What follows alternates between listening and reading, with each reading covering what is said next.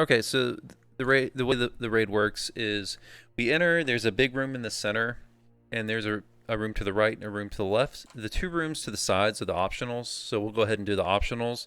The optionals give you an extra chest at the end. The first thing we'll do is we'll have the beginning fight. There'll be a couple red names, one on the left and one on the right. The one on the left will spawn first. So we'll need to go ahead and DPS the red names. Don't worry about DPSing the trash or the hounds, anything like that. You just want to DPS the hunters. The rest of the trash respawns.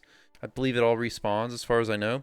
So we'll just have some you all that are on arcanes like wizards, warlocks. You all just throw down some dancing balls, some CC. If the bard, if you got some CC, just throw that out there and CC the trash. Everyone else should be DPSing the hunters. So there'll be one on the left, one on the right. After we're done with that, we'll do the optionals. So we'll do the room on the left first. That's the trap room. So there'll be a one red named mini boss that will just need a DPS down. It's a red cap, and there's also a bunch of traps that are in that room. So if you've got trap skills, go ahead and go and do the disable the traps. After that, we'll go to the other rest of the optional. It's on the right.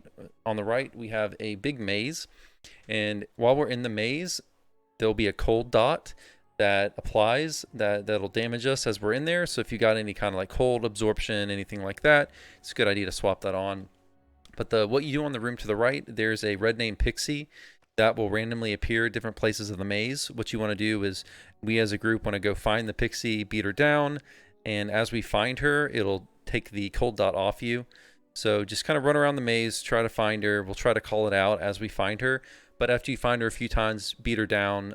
That's about it for that part. After that, we get to the end fight in the center. And that's the most important thing to know about the raid is there's a mechanic where there will be these ghosts that spawn during the end fight.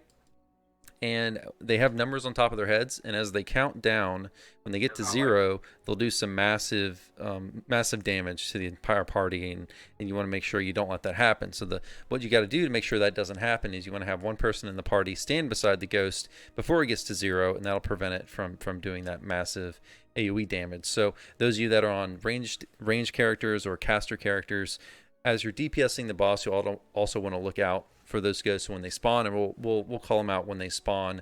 So when they spawn, go find one. If you're a ranged character or a caster, stand beside it. Make sure you don't stand beside the character, someone that's already standing beside one. We only need one person beside each ghost. So if you see someone standing beside a ghost, go to a different one. Other than that, everyone else should be DPSing the main raid boss, which is the Master of the Hunt. We'll also want to make sure, those of you that are on wizards, warlocks, bards, throw down some CC and DPS to the rest of the trash. We don't need to kill the hounds or any of the other trash. Just CC it because that stuff will respawn. Everyone else, you want to make sure that you're DPSing the boss. Other than that, yeah, there are some, as Slippy says, there are circles and such. Other circles and related circle-like shapes. You want to make sure you don't stand in the middle of that stuff. Just like every other circle you see in DDO. So yeah, that's about it. Is there any questions?